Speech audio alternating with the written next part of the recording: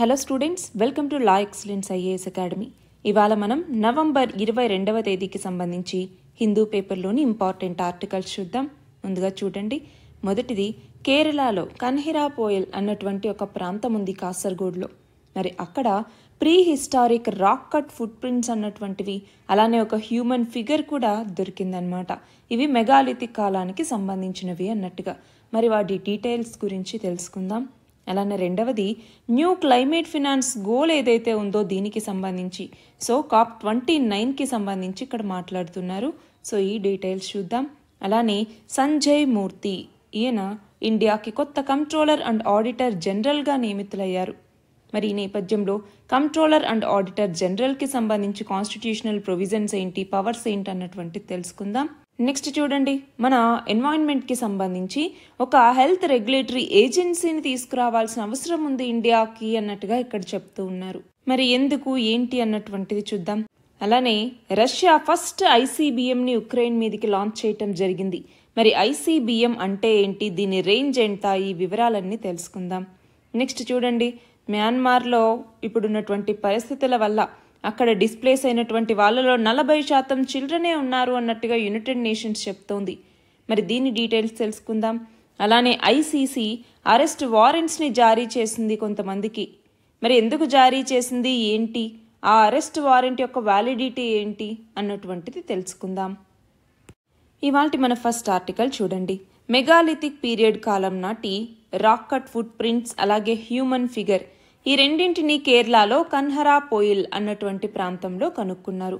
మరి దీనిని హిస్టరీకి సంబంధించి చదువుకుంటాం, హిస్టరీకి లింక్ చేసుకుంటాం, కరెంట్ అఫైర్స్ కింద యాడ్ చేసుకుంటాం.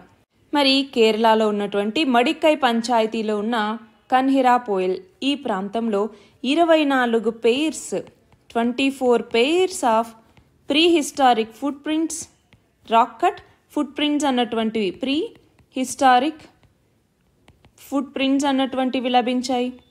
ఇది మాత్రమే కాకుండా ఒక హ్యూమన్ ఫిగర్ కూడా ఇక్కడ కనపడిందనమాట. మరి ఒక ప్రైవేట్ ప్రాపర్టీకి సంబంధించి అక్కడ ఉన్నటువంటి రాక్ని తీస్తూ ఉన్నప్పుడు దాన్ని కనుక్కోవడం జరిగింది. సో అయితే ఇక్కడ మనం గమనించాల్సింది ఏంటి, ఇవి మెగాలిథిక్ కాలానికి సంబంధించినటువంటివి అన్నట్టుగా కనుక్కున్నారనమాట. సో మన ఏన్షియంట్ కల్చర్ని తెలుసుకోవటానికి ఇది మనకి బాగా యూజ్ అవుతుంది. మరి ఇందులోకి వచ్చేసరికి అక్కడ కార్వింగ్స్ మనం చూస్తే ఐరన్ టూల్స్తో తయారు చేసినటువంటివి. అంతేకాదు ఈ ఫుట్ ప్రింట్స్ కూడా మనం చూస్తే 6 to 10 ఇంచెస్ సైజు కలిగినటువంటివి. అంటే చిల్డ్రన్, అడల్ట్స్ ఇద్దరి యొక్క రిప్రజెంటేషన్స్ ఇందులో ఉన్నాయి. అంతేకాదు ఈ ఫుట్ ప్రింట్స్కి ఎండ్లో హ్యూమన్ ఫిగర్ని కూడా ఇంట్రికేట్గా ఉంచటం జరిగిందనమాట. సో చుట్టూ 4 సర్క్యులర్ పిట్స్ అన్నటువంటివి దీని చుట్టూ ఉన్నాయి. మరి ఇక్కడ ఇంకొకటి గమనించాలి.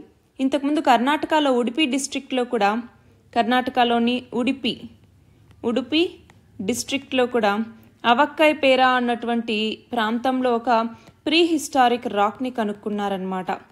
ప్రీ హిస్టారిక్ రాక్ని, మరి దాంట్లో ఉన్నటువంటి కార్వింగ్స్, ఈ ప్రీ హిస్టారిక్ రాక్లో ఉన్నటువంటి కార్వింగ్స్ ఇప్పుడు దొరికినటువంటి ఈ కార్వింగ్స్ కొంచెం సిమిలర్గా ఉన్నాయన్నమాట.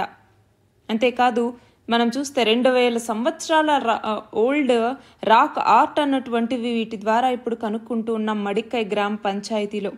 మరి ఈ కార్వింగ్స్ ద్వారా మనకి మెగాలిథిక్ పీరియడ్లో ఎలా ఉండేది, కల్చరల్ హెరిటేజ్ ఎట్లా ఉండేది అనేసి తెలుసుకోవటానికి, అలాగే ఈ రీజియన్లో ఏన్షియంట్ పాస్ట్ని ఎక్స్ప్లోర్ చేయడానికి కూడా ఇది బాగా యూజ్ అవుతుందన్నమాట. సో మనకి హిస్టరీకి సంబంధించి అప్పుడప్పుడు ఇలాంటి కరెంట్ అఫైర్స్ వస్తూ ఉంటాయి, వాటిని యాడ్ చేసుకోవాలి. మరి ఇక్కడ ఇందాకటి నుంచి మెగాలిథిక్ పీరియడ్ అంటున్నాము. అసలు మెగాలిథ్స్ అంటే ఏంటి? మెగాలిథ్స్ అంటే లిత్ అంటే స్టోన్స్ కదా, మెగాలిథ్స్ అంటే లార్జ్ స్టోన్స్ అనమాట. లార్జ్ స్టోన్స్, వీటిని మనం ప్రీ హిస్టారిక్ టైంలో మాన్యుమెంట్స్ కోసం లేదంటే ఏదైనా స్ట్రక్చర్ని నిర్మించడానికి ఇలా వాడుతూ ఉండేవాళ్ళు అనమాట. అయితే వీటిని ఇటు బరియల్ సైట్స్ గాను వాడతారు, ఇటు కమామరేటివ్ మెమోరియల్స్ కూడా మెగాలిథిక్స్ని వాడుతూ ఉండేవాళ్ళు. అయితే మన భారతదేశంలో మెగాలిథ్స్ అన్నటువంటి మనం చూస్తే ఫర్ ఎగ్జాంపుల్ 1500 BC నుంచి 500 BC వరకు ఎక్కువగా వాడుతూ ఉండేవాళ్ళం. మనకి పెనిన్సులార్ ఏరియాలో చాలా వరకు ఇండియాలో ఈ మెగాలిథిక్ సైట్స్ అనేవి కనపడతాయి. For example Maharashtra, Karnataka, Tamil Nadu, Kerala, AP, Telangana వీటన్నింటిలో కూడా మెగాలిథ్స్ అనేవి ఉంటాయి. వీటిలో మళ్ళీ డిఫరెంట్ టైప్స్ ఉంటాయన్నమాట. వచ్చేసరికి ఫర్ ఎగ్జాంపుల్ స్టోన్ సర్కిల్స్ అంటాం. స్టోన్ సర్కిల్స్ లేదు అంటే వీటిని క్రోమ్లెట్స్ అనేసి పిలుస్తూ ఉంటాం. క్రోమ్లెట్స్. అవి కాకుండా డాల్మెన్స్ అనేసి. డాల్మెన్ అనేది మెగాలిథిక్ స్ట్రక్చరే. పెద్ద క్యాప్ స్టోన్ని 2 లేదంటే అంతకన్నా ఎక్కువ సపోర్ట్ స్టోన్స్ మీద నిల్చోబెడితే వాటిని డాల్మెన్స్ అంటాము. అట్లానే సిస్ట్ బరియల్స్ అనేసి కొన్ని వాడుతూ ఉంటాం. అలానే మోనోలిత్స్ అన్నటువంటి ఉంటాయి. మెన్హిర్ లేదంటే మోనోలిత్ అనేసి పిలుస్తూ ఉంటాం. ఇది కాకుండా ఇంకొన్ని క్యాప్ స్టోన్ స్టైల్లో కూడా ఉంటాయన్నమాట. క్యాప్ స్టోన్ స్టైల్ అంటే ఏంటి? సింగిల్ మెగాలిత్స్ని హారిజాంటల్గా పెట్టేసి, అంటే బరియల్ ఛాంబర్స్ మీద వీటిని పెడతారనమాట. వీటికి సపోర్ట్ స్టోన్స్ అంటూ ఏమీ ఉండవు. సో ఇలా డిఫరెంట్ టైప్స్ ఆఫ్ మెగాలిత్స్ని వాడుతూ ఉండేవాళ్ళు. అయితే ఇప్పుడు వాటిని ఎక్స్కవేట్ చేసినప్పుడు మళ్ళీ న్యూస్లో మనం చదువుకుంటూ ఉంటాం. మన నెక్స్ట్ ఆర్టికల్ చూడండి. COP29కి సంబంధించి UNFCCC. UNFCCC అంటే ఏంటి? United nations framework convention on climate change అంటాం. UNFCCCకి సంబంధించి 29th కాన్ఫరెన్స్ ఆఫ్ పార్టీస్ అన్నటువంటిది ఇప్పుడు జరుగుతోంది. ఎక్కడ? అజర్బైజాన్లో ఉన్నటువంటి బాకు అన్నటువంటి ప్లేస్లో. మరి ఇందులో గ్లోబల్ క్లైమేట్ ఛాలెంజెస్ని ట్యాకిల్ చేయాలి అన్నటువంటిది లక్ష్యంగా ఈ ఈవెంట్ని కండక్ట్ చేస్తూ ఉన్నారు. మరి దీనిని మనం ఏ సబ్జెక్ట్ కింద లింక్ చేసుకుంటాము? ఎన్వైరన్మెంట్. అయితే ఈ ఇయర్ మనకు తెలియాల్సిన ఒక ఇంపార్టెంట్ వర్డ్ వచ్చేసరికి NCQZ అంటే ఏంటి? న్యూ కలెక్టివ్ క్వాంటిఫైడ్ గోల్ అన్నటువంటిది. మరి ఇది దేనికి సంబంధించినటువంటిది? క్లైమేట్ ఫినాన్స్కి సంబంధించినటువంటిది.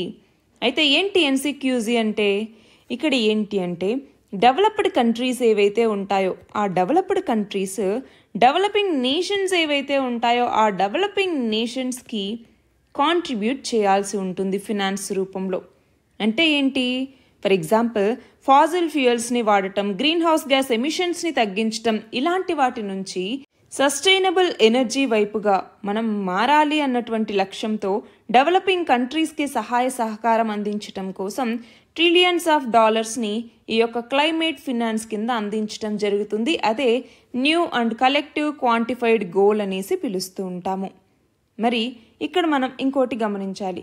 ఈ కాన్ఫరెన్స్ ఆఫ్ పార్టీస్ ఏదైతే 29 జరుగుతుందో ఇందులో ఈ క్లైమేట్ ఫినాన్స్కి సంబంధించి అన్ని దేశాలు ఒప్పుకున్నాయి. కానీ ఆ క్లైమేట్ ఫినాన్స్ అన్నటువంటిది సరిగ్గా అందట్లేదు. ఫర్ ఎగ్జాంపుల్ మనము ఏమనుకున్నాము? ప్యారిస్ అగ్రిమెంట్ కింద 2100వ సంవత్సరం వచ్చేసరికి టెంపరేచర్ని 2 డిగ్రీ సెల్సియస్కి తగ్గించాలి.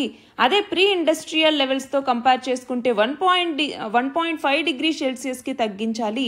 దానికి కావాల్సినటువంటి క్లైమేట్ ఫినాన్స్ కావచ్చు, టెక్నాలజీ ట్రాన్స్ఫర్ కావచ్చు, కెపాసిటీ బిల్డింగ్ కావచ్చు.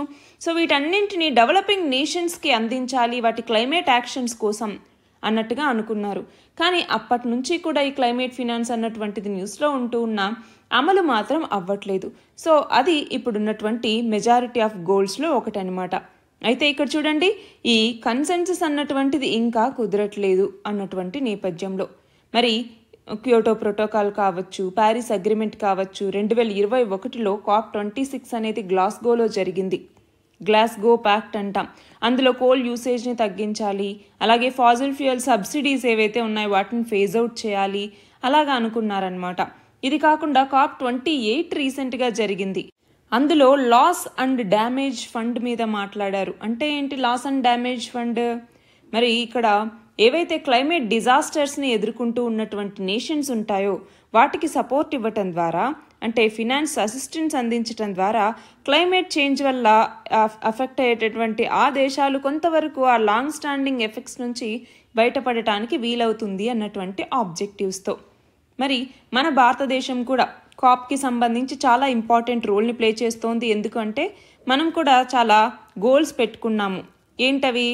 NDC నేషనల్లీ డిటర్మైన్డ్ కాంట్రిబ్యూషన్స్ అనేసి పెట్టుకోవటం జరిగింది. ఫర్ ఎగ్జాంపుల్ నెట్ జీరోకి చేరుకోవాలి అన్నట్టుగా, రెన్యూబుల్ ఎనర్జీని పెంచుకోవాలి అన్నట్టుగా, అలాగే లైఫ్ అనేసి ఒక ఈ ఇనిషియేటివ్ని మనం తీసుకొచ్చాము, life style for the environment అనేసి. సో మనకి ఎలా అంటే ఇక్కడ ఇండివిజువల్గాను అలానే మనకి సొసైటీలో కూడా సస్టైనబుల్ కన్జంప్షన్ ప్యాటర్న్స్ని ప్రమోట్ చేయాలి, ఎన్వైరన్మెంటల్లీ సస్టైనబుల్ లైఫ్ స్టైల్స్ని ప్రమోట్ చేయాలన్నటువంటి లక్ష్యంతో తీసుకొచ్చారు.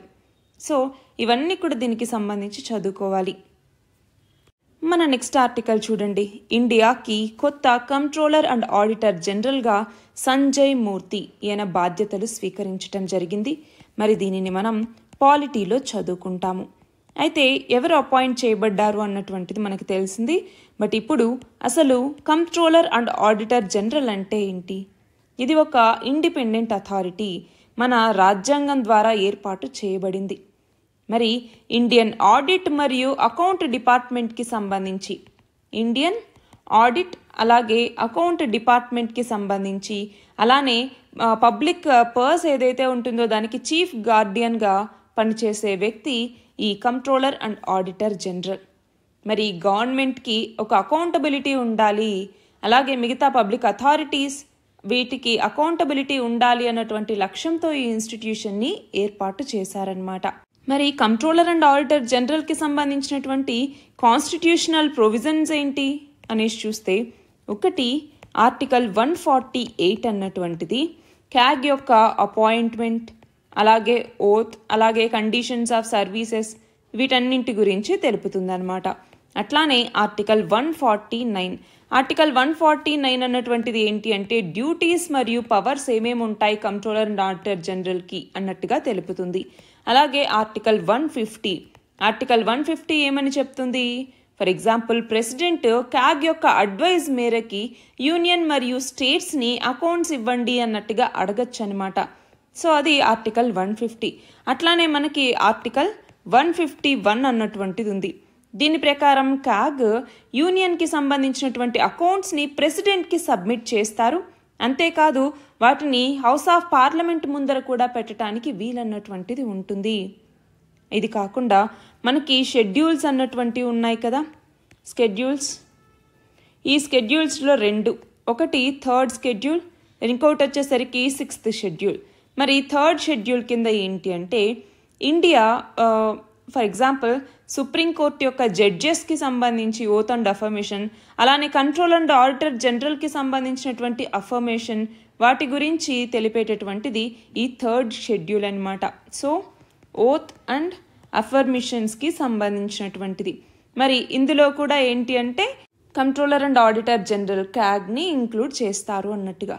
అట్లానే 6th షెడ్యూల్కి వచ్చేసరికి ఏంటి, ఫర్ ఎగ్జాంపుల్ క్యాగ్ ప్రెసిడెంట్ యొక్క అప్రూవల్తో ఒక డిస్ట్రిక్ట్ కౌన్సిల్స్ని లేదంటే రీజనల్ కౌన్సిల్స్ని ఏర్పాటు చేయవచ్చు. అంతేకాదు ఈ బాడీస్ ఇప్పుడు ఎలా అయితే క్యాగ్ అన్నటువంటిది ఆడిట్ చేస్తుందో అలా అవి కూడా ఆడిట్ చేసేసి ఆ అకౌంట్స్ని గవర్నర్కి సబ్మిట్ చేయవచ్చు అనమాట. సో ఇలాగా క్యాగ్కి సంబంధించి ఉంటాయి. సో పవర్స్ అండ్ ఫంక్షన్స్ అన్నప్పుడు మెయిన్గా ఆర్టికల్ 148 నుంచి ఆర్టికల్ 151 వరకు మనకి గుర్తుకు రావాలి. అట్లానే ఇంపార్టెంట్ జడ్జిమెంట్స్ ఏమేమి ఉన్నాయి వీటికి సంబంధించి, అలానే ఆడిట్ మరియు అకౌంట్స్కి సంబంధించి రెగ్యులేషన్స్ని తీసుకొచ్చారు. ఇది కాకుండా మనకి పబ్లిక్ అకౌంట్స్ కమిటీ అన్నటువంటిది ఉంటుంది పార్లమెంటరీ స్టాండింగ్ కమిటీస్ కింద. సో దాని గురించి చూసుకుంటాం. పబ్లిక్ అకౌంట్స్ కమిటీ అన్నటువంటిది ఏం చేస్తుంది, ఈ క్యాగ్ యొక్క ఆడిట్ రిపోర్ట్స్ని పబ్లిక్ అకౌంట్స్ కమిటీస్కి హ్యాండ్ ఓవర్ చేయటం జరుగుతుంది. మరి 3 క్యాగ్ రిపోర్ట్స్, ఫర్ ఎగ్జాంపుల్ ఈ అప్రాప్రియేషన్ అకౌంట్స్కి సంబంధించిన ఆడిట్ రిపోర్ట్, అలాగే ఫినాన్స్ అకౌంట్స్కి సంబంధించిన ఆడిట్ రిపోర్ట్, అలాగే పబ్లిక్ సెక్టర్ అండర్టేకింగ్స్కి సంబంధించినటువంటి ఆడిట్ రిపోర్ట్స్ వీటన్నింటినీ క్యాగ్ ప్రిపేర్ చేస్తే వాటిని ఈ యొక్క పబ్లిక్ అకౌంట్స్ కమిటీ అన్నటువంటిది ఏం చేస్తుంది, ఎగ్జామైన్ చేస్తుంది అనమాట. సో ఆ కంటెక్స్లో మనకి ఈ పబ్లిక్ అకౌంట్స్ కమిటీ అన్నటువంటిది కూడా ఇంపార్టెంట్. మన నెక్స్ట్ ఆర్టికల్ చూడండి. ఇండియాలో ఒక ఎన్వైరన్మెంటల్ హెల్త్ రెగ్యులేటరీ ఏజెన్సీ ఉండాలి అన్నట్టుగా ఇక్కడ చెప్తూ ఉన్నారు. సో దీనిని మనం ఏ సబ్జెక్ట్ కింద చదువుకుంటాం, ఎన్వైరన్మెంట్. మరి ఒకవైపు ఏమో కాన్ఫరెన్స్ ఆఫ్ పార్టీస్ 29 అన్నటువంటిది అజర్బైజాన్లోని బాకులో జరుగుతోంది. మరి ఇందులో మన భారతదేశం క్లైమేట్ మిటిగేషన్ ఫినాన్సింగ్కి సంబంధించి డెవలప్డ్ నేషన్స్ నుంచి బాగా పుష్ చేస్తూ ఉన్నటువంటి టైంలో మన భారతదేశంలో పరిస్థితి ఎలా ఉంది? ఫర్ ఎగ్జాంపుల్ మన ఎయిర్లో పొల్యూటెంట్స్ పెరిగిపోతూ ఉన్నాయి, వాటర్లో పొల్యూటెంట్స్ పెరుగుతున్నాయి, ల్యాండ్ మీద పొల్యూషన్ పెరుగుతోంది. వాటన్నింటి వల్ల కూడా చాలా హెల్త్ రిస్క్ అన్నటువంటిది ఇప్పుడు మనం కలిగి ఉన్నాము, అవునా?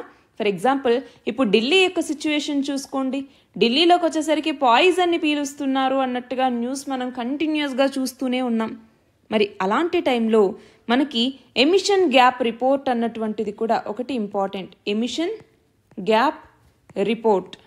ఎమిషన్ గ్యాప్ రిపోర్ట్ 2024 అన్నటువంటిది ఎవరు ఇచ్చారు? United nations environment programme. మరి ఇదేం చెప్తోంది? లాస్ట్ ఇయర్తో కంపేర్ చేస్తే ఈ ఇయర్ కార్బన్ డైఆక్సైడ్ ఎమిషన్స్ అన్నటువంటివి 6% కన్నా ఎక్కువ పెరిగాయి. దాంతో మన ఇండియా చాలా ఎన్వైరన్మెంటల్ అలానే పబ్లిక్ హెల్త్ రిస్కుల్ని ఫేస్ చేస్తూ ఉంది అన్నట్టుగా చెప్పింది. మరి as a nation India economic గ్రోత్ని చూస్తూ ఉంది. కానీ ఇక్కడ మనం గమనించాలి, క్లైమేట్, ఎన్వైరన్మెంట్, హెల్త్, ఎకానమీ ఇవన్నీ కూడా ఇంటర్ డిపెండెన్స్, ఒకదాని మీద ఒకటి డిపెండ్ అయి ఉంటాయి. బట్ మనము వీటికి సంబంధించినటువంటి ఇష్యూని అడ్రస్ చేయటంలో మాత్రం చాలా లిమిటెడ్ కెపాసిటీని కలిగి ఉన్నాం. కాబట్టి ఈ టైంలో ఇండియా ఒక ఎన్వైరన్మెంటల్ హెల్త్ రెగ్యులేటరీ ఏజెన్సీస్ని తీసుకురావాల్సినటువంటి అవసరం అన్నటువంటిది ఉంది. దీని ద్వారా ఒక కాంప్రహెన్సివ్ కోహెసివ్ ఎన్వైరన్మెంటల్ గవర్నెన్స్ని తీసుకొస్తే పొల్యూషన్ కంట్రోల్ చేయొచ్చు, హెల్త్ రిస్క్ మిటిగేషన్ అన్నటువంటిది చేయొచ్చు అన్నట్టుగా ఇక్కడ చెప్తూ ఉన్నారనమాట. సో మనము ఒక డేటా డ్రివెన్ ఎవిడెన్స్ బేస్డ్ ఫ్రేమ్వర్క్ని ప్రిపేర్ చేసుకుని ముందుకెళ్లాల్సిన అవసరం అన్నటువంటిది ఉంది. ఇలా ఈ యొక్క ఎన్వైరన్మెంటల్ హెల్త్ రెగ్యులేటరీ ఏజెన్సీస్ని తీసుకురావటం వల్ల మనము ఛాలెంజెస్ని ఎదుర్కొంటూనే ఒకవైపు ఇంకొక వైపు గ్రోత్ని చూడగలము. అంతేకాదు better coordination, inter ministerial coordination అన్నటువంటి తీసుకురావచ్చు. అట్లానే ఆబ్జెక్టివ్స్ని మెజర్ చేయొచ్చు. అలానే క్రాస్ సెక్టోరల్ కోఆపరేషన్ అనేది ఉంటుంది. దీనివల్ల ఈ బ్యారియర్స్ అన్నింటి నుంచి మనం బయటికి రావటానికి యూజ్ అవుతుంది. అంతేకాకుండా సైంటిఫిక్ ఎక్స్పర్టైజ్ తీసుకోవటానికి, అట్లానే పాలసీస్ని మనం మంచిగా ఎన్ఫోర్స్ చేయటానికి, ఈ పబ్లిక్ హెల్త్ని ప్రియారిటైజ్ చేసుకోవటానికి కూడా ఇది ఉపయోగపడుతుంది. మరి ఈ నేపథ్యంలోనే ఈ యొక్క ఎన్వైరన్మెంటల్ హెల్త్ రెగ్యులేటరీ ఏజెన్సీ అన్నటువంటిది న్యూస్లో ఉంది. అంతేకాదు ఇంకొకటి మనం కనుక గమనిస్తే 2021లోనే సుప్రీంకోర్టు గవర్నమెంట్ని అడిగింది ఏమని, ఒక ఇండిపెండెంట్ ఎన్వైరన్మెంటల్ రెగ్యులేటర్ అన్నటువంటిది గ్రీన్ క్లియరెన్సెస్ని ఓవర్సీ చేయడానికి ఏర్పాటు చేయండి అన్నట్టుగా చెప్పింది కూడా. మరి ఆ నేపథ్యంలో కూడా ఇవన్నీ చదువుకుంటాం. ఇంకొకటి ఎన్వైరన్మెంటల్ ఇంపాక్ట్ అసెస్మెంట్ అన్నటువంటిది కూడా ఒకటి చదువుకోవాలి మనం. మన నెక్స్ట్ ఆర్టికల్ చూడండి. రష్యా ఉక్రెయిన్ యుద్ధానికి సంబంధించి రష్యా మొదటిసారిగా ఒక ఐసీబీఎంని లాంచ్ చేయటం జరిగింది అన్నట్టుగా ఉక్రెయిన్ చెప్తోంది. మరి ఇక్కడ మనకి తెలియాల్సింది ఏంటి, ఐసీబీఎం అంటే ఏంటి అనేసి. దీనిని మనం సైన్స్ అండ్ టెక్నాలజీలో డిఫెన్స్ టెక్నాలజీ అన్నటువంటి టాపిక్ కింద చదువుకుంటాము. మరి ఇక్కడ ఐసీబీఎం అంటున్నారు. ఏంటి ఐసీబీఎం అంటే?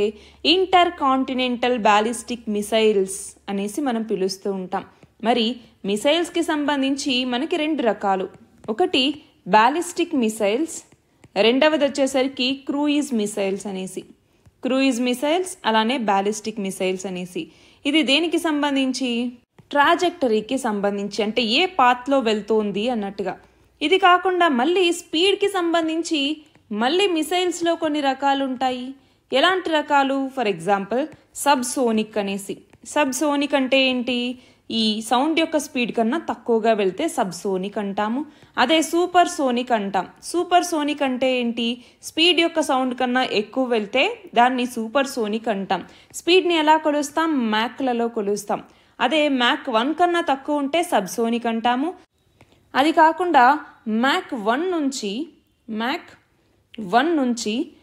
5 లోపల గనక ఉంటే సూపర్ సోనిక్ అంటాము. అదే ఇంకొకటి వచ్చేసరికి హైపర్ సోనిక్. హైపర్ సోనిక్ అంటే ఏంటి? మ్యాక్ 5 కన్నా ఎక్కువ ఉంటే స్పీడ్ అన్నటువంటిది, దాన్ని హైపర్ సోనిక్ మిసైల్స్ అనేసి పిలుస్తూ ఉంటాము. అయితే ఇక్కడ ఇది ఏంటి? Ballistic missile. ఇంటర్ కాంటినెంటల్ అంటున్నాం, అంటే ఒక కాంటినెంట్ని దాటి ఇంకో కాంటినెంట్కి వెళ్ళగలిగినటువంటి ఈ బ్యాలిస్టిక్ మిసైల్ అనమాట. స్ట్రాటజిక్ ఇంపార్టెన్స్ని బేస్ చేసుకొని మనం ఇంటర్ కాంటినెంటల్ అని, సబ్ సర్ఫేస్ బ్యాలిస్టిక్ మిసైల్స్ అనేసి ఇలాగా చెప్తూ ఉంటాం. మరి ఇంటర్ కాంటినెంటల్ బ్యాలిస్టిక్ మిసైల్ అన్నటువంటి దాంట్లో మన భారతదేశంకి సంబంధించి అయితే మనం అగ్ని 5ని చదువుకుంటాము. So intercontinental ballistic missile అంటే long range missiles. So nuclear వార్ హెడ్స్ని అక్రాస్ ద కాంటినెంట్స్ తీసుకెళ్లగలిగినటువంటి క్యాపబిలిటీ కలిగినటువంటి మిసైల్ని మనం ఇంటర్ కాంటినెంటల్ బ్యాలిస్టిక్ మిసైల్ అంటాం. దీని యొక్క రేంజ్ వచ్చేసరికి 5,000 కిలోమీటర్ల నుంచి 8,000 కిలోమీటర్ల వరకు ఉంటుందన్నమాట. సో ఇది మనం గమనించాలి. మన నెక్స్ట్ ఆర్టికల్ చూడండి. మ్యాన్మార్లో పరిస్థితులకు సంబంధించి మనం ఇంటర్నేషనల్ రిలేషన్స్ కింద దీనిని చదువుకుంటాం. అయితే ఏమైంది, 2021 సంవత్సరంలో ఆంగ్ సాన్ సూకీ ఈమె యొక్క గవర్నమెంట్ని పడగొట్టేసి అక్కడ మిలిటరీ అన్నటువంటిది గవర్నమెంట్ని చేతుల్లోకి తీసుకోవటం జరిగింది, పవర్లోకి వచ్చింది. అలా మిలిటరీ గవర్నమెంట్ అక్కడ జుంటాస్ ఎవరైతే వచ్చారో ఆ జుంటాకి సంబంధించి ఆ తర్వాత జరిగినటువంటి కిల్లింగ్స్ కావచ్చు, దానివల్ల జరిగినటువంటి డిస్ప్లేస్మెంట్ కావచ్చు, లేదు అంటే క్లైమేట్ అంటే ఎక్స్ట్రీమ్ వెదర్స్ వల్ల వచ్చినటువంటి చేంజెస్ కావచ్చు, వీటన్నింటి వల్ల డిస్ప్లేస్ అయినటువంటి వాళ్ళలో 40% మంది చిల్డ్రనే ఉన్నారు అన్నట్టుగా యునైటెడ్ నేషన్స్ చెప్తోంది. మరి ఈ నేపథ్యంలో ఆ చిల్డ్రన్కి సంబంధించి హ్యూమన్ రైట్స్ ఏంటి? మరి ఆ చిల్డ్రన్ కావచ్చు, వాళ్ళ యొక్క ఫ్యామిలీస్ కావచ్చు, ఇప్పుడు రిస్క్ని ఎదుర్కొంటూ ఉన్నారు. దాదాపు 1 మిలియన్ పీపుల్ ఆ కంట్రీ యొక్క వార్ ద్వారా ఎఫెక్ట్ అయినటువంటి వాళ్ళు ఉన్నారు. మరి అలాంటి టైంలో మయన్మార్ చిల్డ్రన్కి సంబంధించి వాళ్ళని ప్రొటెక్ట్ చేయాల్సినటువంటి అవసరం అన్నటువంటిది ఉంది అన్నట్టుగా యునైటెడ్ నేషన్స్ చెప్తోందనమాట. చూడండి, డెడ్లీ వెపన్స్ సివిలియన్ ఏరియాస్లో యూజ్ చేయటం పెరుగుతోంది. ఎయిర్ స్ట్రైక్స్, ల్యాండ్ మైన్స్ అనేవి హోమ్స్, హాస్పిటల్స్ని హిట్ చేయటం, ఇలాంటి వాటన్నింటి ద్వారా ఏమవుతోంది, చిల్డ్రన్కి సేఫ్ స్పేసెస్ అన్నటువంటివి చాలా లిమిటెడ్గా అయిపోతూ ఉన్నాయి. దాంతో వాళ్ళకి రైట్ టు సెక్యూరిటీ అన్నటువంటిది దెబ్బతింటుంది. ఫర్ ఎగ్జాంపుల్, ఇప్పుడు మొత్తం 3.4 మిలియన్ పీపుల్ డిస్ప్లేస్ అయితే ఇప్పటిదాకా ఇందులో 40% చిల్డ్రనే ఉన్నారు. మరి వాళ్ళ మీద ఎంత డివాస్టేటింగ్ ఇంపాక్ట్ ఉంటుంది. ఫర్ ఎగ్జాంపుల్, ఓన్లీ అక్కడ ఈ మిలిటరీ ఈవెంట్స్ వల్లే కాదు, క్లైమేట్ చేంజెస్ అంటున్నాం. అంటే ఏంటి, టైఫూన్ యాగి వచ్చినప్పుడు దానివల్ల ఫ్లడ్స్ అన్నటువంటివి వచ్చాయి. ఆ టైంలో 1 మిలియన్ పీపుల్ ఎఫెక్ట్ అయ్యారు. అంతేకాకుండా ఆ ఫ్యామిలీస్కి సంబంధించినటువంటి చాలామందికి వైటల్ సర్వీసెస్ అన్నటువంటివి పోయాయి. సో చిల్డ్రన్కి కూడా హెల్త్ కేర్ లేదు, ఎడ్యుకేషన్ లేదు, అలాగే వైలెన్స్, డిస్ప్లేస్మెంట్, వీటి వల్ల వాళ్ళు చాలా సఫర్ అవుతూ ఉన్నారు. అంతేకాకుండా మనం చూస్తే కాచిన్ చర్చ్ ఏదైతే ఉందో అక్కడ ఒక స్ట్రైక్ అన్నటువంటిది జరిగింది నవంబర్లో. అక్కడ చిల్డ్రన్ ఫుట్బాల్ ఆడుకుంటూ ఉంటే ఆ టైంలో ఆ స్ట్రైక్ హిట్ అవ్వటం వల్ల 7 మంది పిల్లలు, 2 సివిలియన్స్ చనిపోయారు. సో అక్కడ చిల్డ్రన్ అలాగే మిగతా సివిలియన్స్ యొక్క పరిస్థితి ఎంత వల్నరబుల్గా ఉంది అన్నటువంటిది ఇక్కడ మనం అర్థం చేసుకోవాలి. మన లాస్ట్ ఆర్టికల్ చూడండి. ఇంటర్నేషనల్ క్రిమినల్ కోర్ట్ ICCకి సంబంధించి దీన్ని ఇంటర్నేషనల్ రిలేషన్స్లో ఇంపార్టెంట్ ఇంటర్నేషనల్ ఇన్స్టిట్యూషన్స్ అన్నటువంటి టాపిక్ కింద చదువుకుంటాం. మరి ఇంటర్నేషనల్ క్రిమినల్ కోర్ట్ అన్నటువంటిది అరెస్ట్ వారెంట్స్ని జారీ చేయటం జరిగింది నెతన్యాహు, అట్లానే గ్యాలెంట్, అలాగే హమాస్ లీడర్స్కి అగెనెస్ట్గా. మరి ఎవరు గలాంట్? యావ్ గ్యాలెంట్ అంటాము. ఇతను ఫార్మర్ రష్యా డిఫెన్స్ మినిస్టర్ అనమాట. అట్లానే కొంతమంది హమాస్ లీడర్స్ మీద కూడా ఈ అరెస్ట్ వారెంట్స్ని జారీ చేయటం జరిగింది. మరి ఇంటర్నేషనల్ క్రిమినల్ కోర్ట్ అన్నటువంటిది ఇంటర్నేషనల్గా ఫస్ట్ పర్మనెంట్ క్రిమినల్ కోర్ట్ అనమాట. మరి దీనిని మనం చూస్తే రోమ్ స్టాచ్యూ అన్నటువంటి దాని ద్వారా, ఇంటర్నేషనల్ ట్రీటీ ద్వారా ఇది అందుబాటులోకి వచ్చింది. 1988లో రోమ్ స్టాచ్యూ అన్నటువంటి దాన్ని అడాప్ట్ చేసుకోవటం జరిగింది. దాదాపు 120 దేశాలకు పైగా అడాప్ట్ చేసుకున్నారనమాట. మరి ఒక మంచి వరల్డ్ని తయారు చేయాలన్నటువంటి లక్ష్యంతో దీన్ని తీసుకొచ్చారు. అయితే 2002లో రోమ్ స్టాచ్యూ అన్నటువంటిది 60 దేశాలు రాటిఫికేషన్ చేశాయి. దాంతో అఫీషియల్గా ICC అన్నటువంటిది 2002వ సంవత్సరంలో ఎస్టాబ్లిష్ అయింది. మరి ఈ రోమ్ స్టాచ్యూలో ఇండియా అన్నటువంటిది పార్టీగా ఉందా అన్నటువంటిది క్వశ్చన్. సో మీరు ఆన్సర్ చేయండి. ఇండియా రోమ్ స్టాట్యూట్లో పార్టీగా ఉందా లేదా అన్నటువంటిది మీరు చెప్పండి. అయితే మనం చూస్తే ఇప్పటికి 124 దేశాలు ఈ రోమ్ స్టాట్యూట్లో పార్టీస్గా ఉన్నాయి. అంతేకాదు మలేషియా అన్నటువంటిది ఇందులో లాస్ట్ వన్ అనమాట. అయితే దీని యొక్క జ్యూరిస్డిక్షన్ ఏంటి అనేసి చూస్తే, ఇంటర్నేషనల్ కమ్యూనిటీకి సంబంధించి ఏదైనా జీనోసైడ్ జరిగింది అన్నా, లేదా వార్ క్రైమ్స్ అన్నటువంటివి జరిగాయి అన్నా, లేదా క్రైమ్స్ అగెనెస్ట్ హ్యుమానిటీ జరిగింది అన్నా, లేదా క్రైమ్స్ ఆఫ్ అగ్రెషన్ జరిగింది అన్నా, అలాంటి వాటికి సంబంధించి ఈ యొక్క ఇంటర్నేషనల్ క్రిమినల్ కోర్ట్ అన్నటువంటిది డీల్ చేస్తుందన్నమాట. అయితే ఇక్కడ ఇంకోటి గమనించాల్సింది ఏంటి అంటే, ICC అన్నటువంటిది యునైటెడ్ నేషన్స్ ఆర్గనైజేషన్లో మెంబర్ కాదు. అంతేకాదు యునైటెడ్ నేషన్స్తో జస్ట్ ఒక కోఆపరేషన్ అగ్రిమెంట్ అన్నటువంటిది దీనికి ఉందన్నమాట. Cooperation agreement. అయితే ఏదన్నా ఒక సిచ్యువేషన్ ఈ కోర్టు యొక్క జ్యూరిస్డిక్షన్లోకి రాలేదు అంటే అప్పుడు యుఎన్ఎస్సి అన్నటువంటిది ఈ సిచ్యువేషన్ని ఐసీసీకి రెఫర్ చేయొచ్చు అనమాట. ఫర్ ఎగ్జాంపుల్ ఇజ్రాయెల్ కావచ్చు, యుఎస్, రష్యా, చైనా ఇవి ఈ కోర్టు యొక్క జ్యూరిస్డిక్షన్ని వార్ క్రైమ్స్కి సంబంధించి ఒప్పుకోలేదు. జీనోసైడ్ కానీ మిగతా క్రైమ్స్ కానీ వీటిలో ఒప్పుకోలేదు. అలాంటి టైంలో కొన్నిసార్లు యుఎన్ఎస్సి అన్నటువంటిది ఐసీసీకి రెఫర్ చేయొచ్చు. వార్ క్రైమ్ అంటే ఏంటి? ఏదైనా వార్ జరుగుతూ ఉన్నప్పుడు ఆ కాన్ఫ్లిక్ట్లో హ్యుమానిటేరియన్ లాస్కి వైలేషన్స్ అన్నటువంటివి వచ్చినా, హోస్టేజెస్ని తీసుకెళ్లినా, లేదా విల్ఫుల్గా కిల్లింగ్స్ చేపట్టినా, లేదంటే ఆ వార్ ప్రిజనర్స్కి సంబంధించి ఇన్హ్యూమన్ ట్రీట్మెంట్ లేదంటే టార్చర్ లాంటివి చేసినా, లేదు చిల్డ్రన్ని ఫైట్ చేయాలి అనేసి ఫోర్స్ చేసినా, ఇలాంటి వాటిని మనం వార్ క్రైమ్స్ అనేసి పిలుస్తూ ఉంటాం అన్నమాట. సో ఇదొకటి గుర్తుంచుకోవాలి. ఇంకొకటి వచ్చేసరికి జెనీవా కన్వెన్షన్స్.